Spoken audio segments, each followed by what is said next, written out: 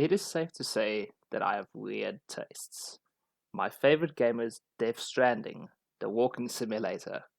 My game of the year for 2023 was not a game, but an expansion pack. And the game that I looked most forward to in 2024 was Pacific Drive. Something about this game drew me. It was the eerie art style, creating a deceitfully tranquil atmosphere where the dangers lay not in overt or common enemies, but in the world of the supernatural itself. It was the unique mechanics of maintaining and upgrading a vehicle instead of the player throughout the journey of a story. I was hooked, and before I even knew, I was counting the days until its release. Now, a few weeks later, I can safely say that my hunches were correct. This game is supernaturally good.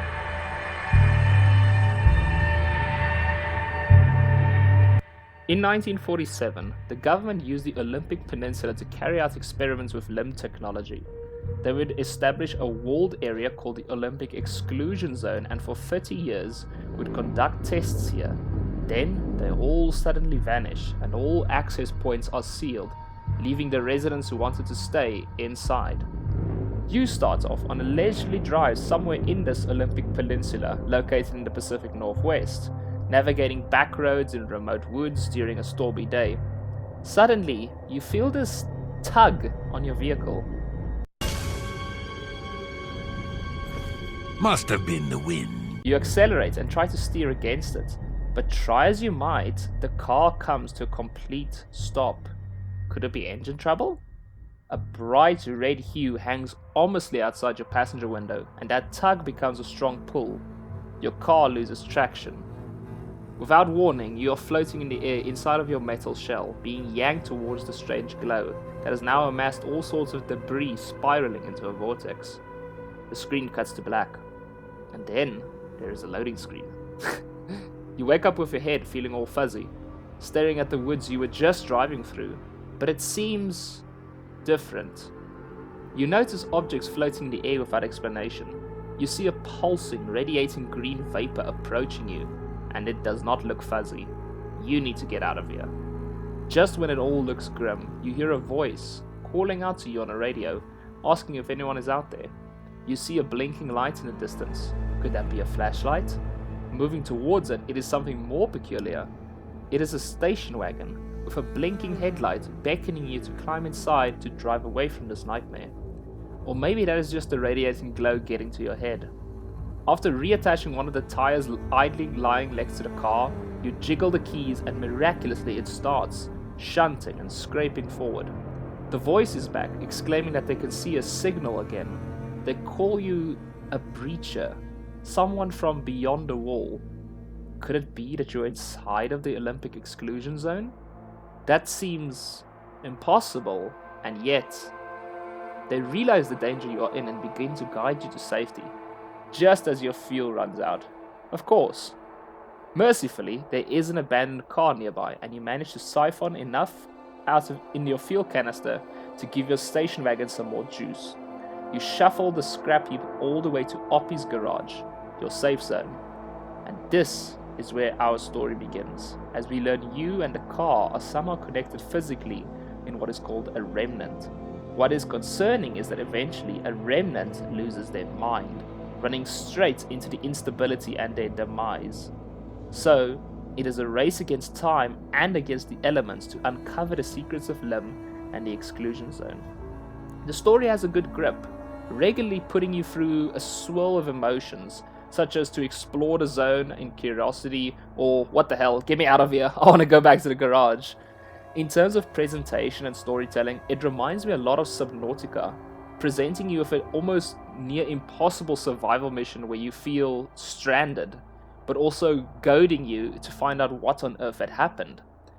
Add to that the supernatural elements such as what one would expect in something like Control, and the unique mechanics like the vehicle being your life and vitality, and you have this melting pot of intriguing narratives and unknown threats tied into a neat bow. In a lot of my analysis videos, I have mentioned before how crucial a gameplay loop can be to your game when your mechanics synergize. Gameplay loops can go incredibly deep, such as in a recent game that I've been enjoying a lot, Tekken 8. This is my first exposure to Tekken outside of playing maybe 1 or 2 button mashing matches against a friend. The gameplay in Loop is simple enough to begin, and you can feel like you can start to learn the combos and controls, but the moveset of any of these characters goes so deep into hours and hours of practice and practicing against specific opponents. I've already spent 20 hours just on Yoshimitsu, and that was enough to only get me into green ranks.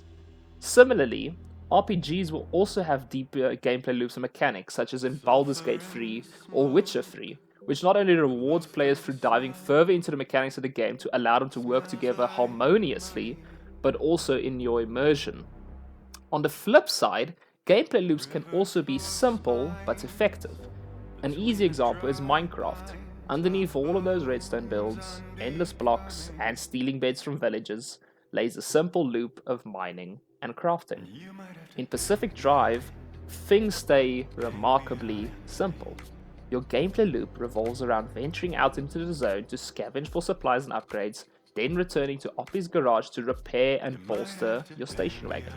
This is another similarity to Subnautica, where instead of placing the focus on the player becoming a leveled up behemoth, you remain this vulnerable, squishy thing you were at the beginning of the game. You make use of your acquiring of materials around you to explore the deeper depths of the ocean to get more advanced tech, or in Pacific Drive's case, the mid-zone and the deep zone. Also, while both games are not really horror, sometimes I feel more fear from them than from actual horror games. Sure, I think I would probably get a bigger scare out of saying playing Outlast or Amnesia, but the novelty of these kind of games kind of wears off on me after a while. For Subnautica or Pacific Drive, I have this constant dread of going back out there but knowing that I must. And while I will concede that Subnautica probably had a scarier premise of things like leviathans out in the dark depths, Pacific Drive had an equally measurable effect of suspense on me, trying to make sense of all the anomalies as the storm started to worsen and I hastily have to race my battered car to that gateway. The presentation of the game truly makes it a continuously eerie experience, never quite being predictable, and you never feel quite safe. But sometimes you do feel if no harm will befall you, and that is all thanks to the game's strongest asset.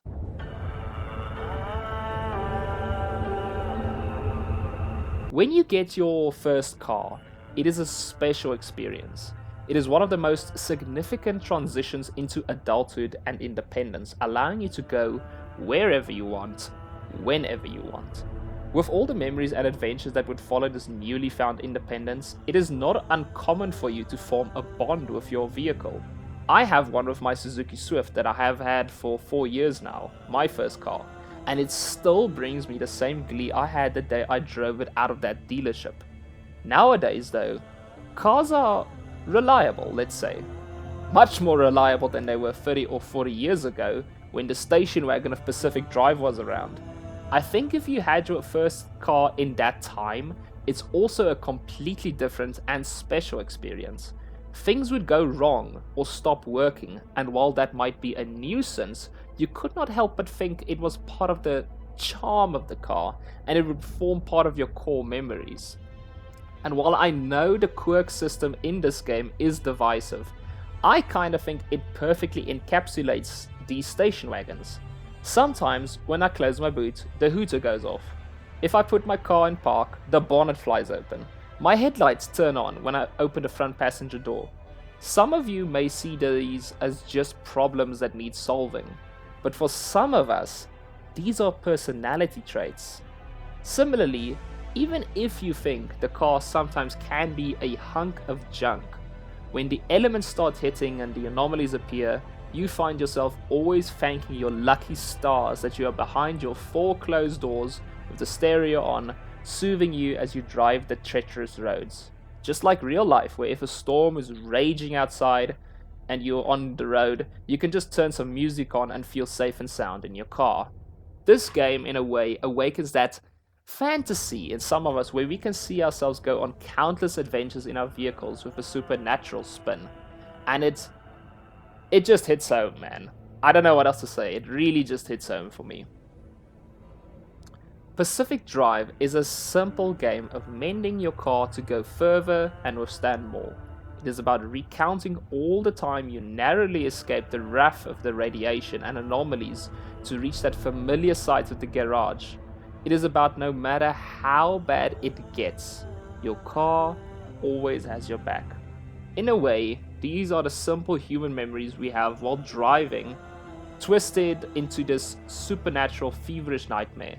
It's about discovering what's out there, with peril at every turn, and it's bound to make you feel suspenseful and stressed. But there's one constant: our station wagon has our back. That's where the beauty and the magic of this simple but effective game lies.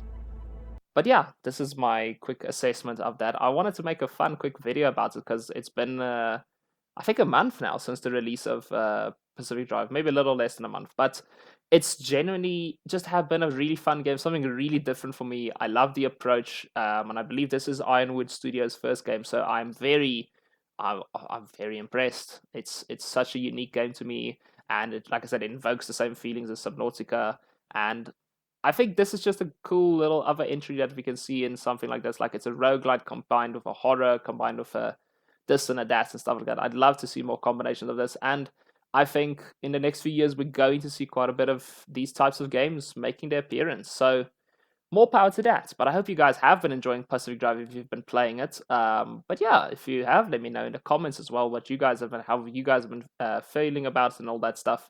But other than that, yeah, thanks again for giving these a watch. I do appreciate all of you just checking it out and stuff like that. It's fun. But yeah, for those of you who are enjoying the game, I hope you get out of that Olympic exclusion zone someday. But until then, you guys stay safe on those roads in Oppie's garage, and we'll chat to each other soon. Something special's going on beneath that hood.